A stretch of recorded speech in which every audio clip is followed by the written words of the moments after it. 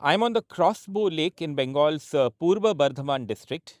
Now, as you can see, this is a very, very serene location. It's also a location where a lot of bird watching happens, especially in the winter season when there are many, many migratory birds in the area. But the politics in Bengal, which we've been covering over the last month or so, is hardly serene. The biggest issue in this Bengal Assembly election appears to be the entire row over the Special Intensive Revision or SIR. The latest update on that is that voter lists in Bengal have been frozen now, meaning that the people who will vote on the 23rd or on the 29th, those electoral lists are now locked. Where does that leave all of those people whose names were found not eligible after the adjudication process in Bengal is another question. There are about 27 lakh such people who now have to go before tribunals in appeal. But so far, these tribunals have not really started functioning in the real sense. And these people have only been able to file appeals online. Their appeals have not been heard yet. This means that in this election, they are not going to be able to vote for sure. Once their appeals are decided, and if those are decided in their favor, only then will their names be reinstated in voter lists. So that's the ground situation as of now. The politics is another story.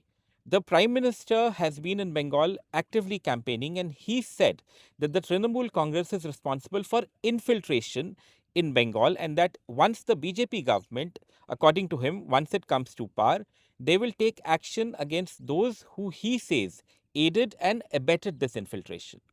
The Trinamool Congress has dismissed this and said that the BJP is scaremongering and has accused the BJP of colluding with the Election Commission and taking away Mamata Banerjee's and the TMC's core voter base by trying to disenfranchise them. This entire politics has played out in a big fashion. Every day you hear something or the other related to this story. There is a human cost to all of this, and those are the stories that DeKoder has been reporting on.